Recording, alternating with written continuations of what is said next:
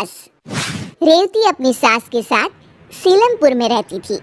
रेवती के बेटे गगन की शादी कुछ ही दिनों पहले निधि नाम की लड़की से होती है। निधि एक दिन अपने पति गगन के साथ जा रही होती है, तभी वहां उसकी सास रेवती आ जाती है। रेवती देखती है कि निधि ने सर पे पल्लू नहीं रखा होता है। अरे ओ बहू, तुमने क्या ठेका लिया है हमारी इज्जत नीलाम करने का, जो बिना घूंघट के चले जा रही हो बाहर? मम्मी जी, आज के जमाने में कौन घूंघट करता है? बहू, ज्यादा बहस मत करो, समझी? चुपचाप घूंघट करो। मम्मी जी, घूंघट में मुझे कुछ नहीं दिखेगा, कैसे चलूंगी मैं? कितनी परेशानी होगी। ओहो, बहाने तो देखो महारानी के। ठीक है, परेशानी होगी तो कोई जरूरत नहीं है बाहर जाने की, चुपचाप घर पर बैठ जाओ। तभी वहाँ रेवती की सास आ जाती है। अरे क्या शोर मचा रखा है सुबह से रेवती? देखिए ना सासू माँ, बहू घर से बाहर जा रही है और घूंघट नहीं कर रही है। तो क्या हो गया, घूंघट नहीं कर रही है तो? और वैसे भी रेवती, अब जमाना बदल गया है और जमाने के साथ हमें भी बदल जाना चाहिए। जमाना बदल जाने से परंपराएं थोड़ी ना बदल जाती हैं सासू माँ। मैं जब आई थी, मैं भी तो हर वक्त घूंघट में रहती थी ना।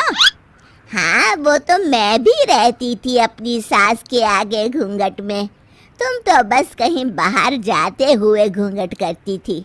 मैं तो खाना बनाते हुए भी घूंघट में ही रहती थी। पता है कितनी तकलीफ होती थी।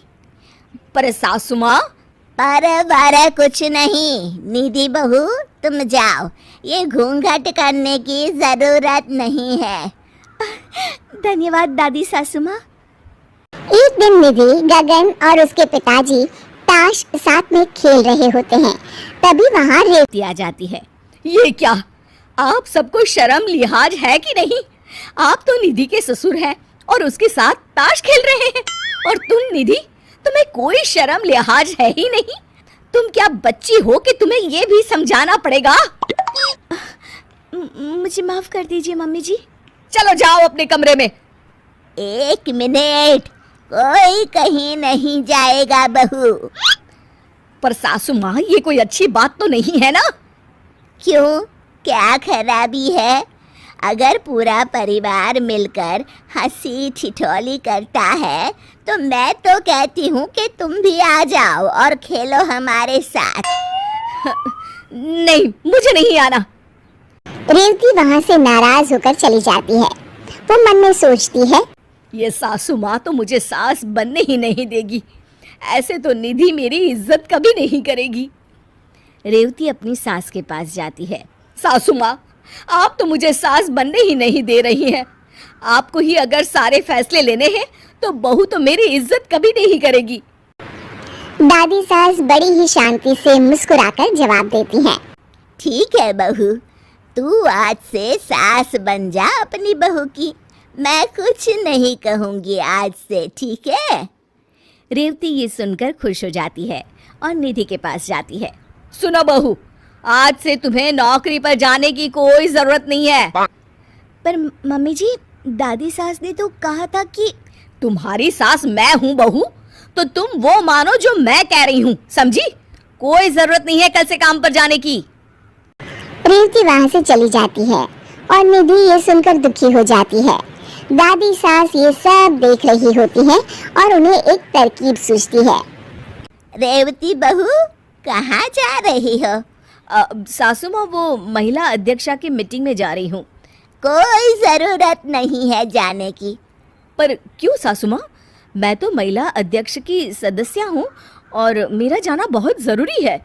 हाँ, पर मैं तुम्हारी सास हूँ और मैंने कह दिया ना कि कहीं नहीं जाओगी तुम। नाम हटवा लो महिला अध्यक्षा से अपना। हाँ, ये सासू माँ को क्या हो गया है? आज तक इन्होंने मुझसे कभी इस तरह से बात नहीं की। दादी सास वहाँ से चली जाती हैं और रेवती भी उदास होकर अपने कमरे में चली जाती है। शाम को रेवती और निधि खाना पका रही होती है, तभी क्या बन रहा है आज खाने में? सासू माँ, आज हम दाल चावल बना रहे हैं। बस दाल चावल? आज दाल चावल नहीं पकेंगे। आज तुम घिया के कोफ्ते और साथ में भिंडी की सब्जी और गरम गरम रोटी बनाओ। अरे लेकिन सासू माँ, दाल तो मैंने चढ़ा दी है। तो दाल वापस उतारी भी तो जा सकती है ना बहू। हमारे यहाँ किसी चीज की कमी है क्या जो सिर्फ दाल चावल बन रहे हैं? तुम भी ना रहती, काम चोर हो गई हो बिल्कुल। सासू माँ, आपने मुझे कामचोर बोला? हाँ बोला कामचोर, तो इसमें झूठ क्या बोला? लो अब आंसू बहाकर पति से शिकायत करेंगी महारानी। सुनिए जी, आप सासू माँ से बात कीजिए, पता नहीं उन्हें क्या हो गया है। मेरी बहू के सामने मेरी आज उन्होंने इतनी बेइज्जती की है, क्या बताओ। तभी वहाँ दादी सास आ जाती हैं और मुस्कुराकर फिर नाटक करने लग जाती हैं। लो और सुनो, देखा, सच कहा था ना मैंने कि मेरे बेटे से शिकायत करने जाएगी। हे भगवान, मेरी तो किस्मत ही खराब है। ये दिन भी देखना पड़ेगा, मैंने तो सोचा ही नहीं था। सासू माँ, आपको क्या हो गया है? आप ऐसे क्यों बर्ताव कर रही हैं मेरे साथ? क्यों, मुझे क्या होगा? हुआ तो तुझे है बहू रानी, जो मेरी शिकायत कर रही थी मेरे बेटे से। ऐसी उम्मीद ना थी तुझसे। हाँ सासू माँ, मैं शिकायत नहीं कर रही थी, पर आप ऐसे बर्ताव कर रही है तो। अरे तेरी ही बातों पर अमल कर रही हूँ बहू। मेरी बातों पर? मैंने क्या कहा था आपको? क्यों, तू बोली नहीं थी कि मुझे अपनी बहू की सास बनना है और उसके लिए हर फैसला लेना है? तो मैंने सोचा मैं भी अपनी बहू की सास बन जाऊं और उसके लिए फैसले लेना शुरू कर दूं।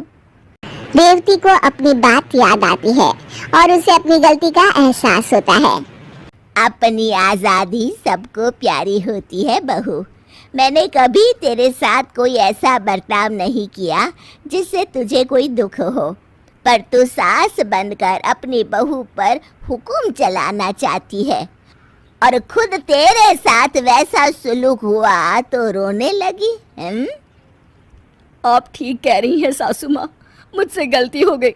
मैं अपनी बहू को बेटी बनाकर रखूंगी, जैसे आपने मुझे बेटी बनाकर रखा है।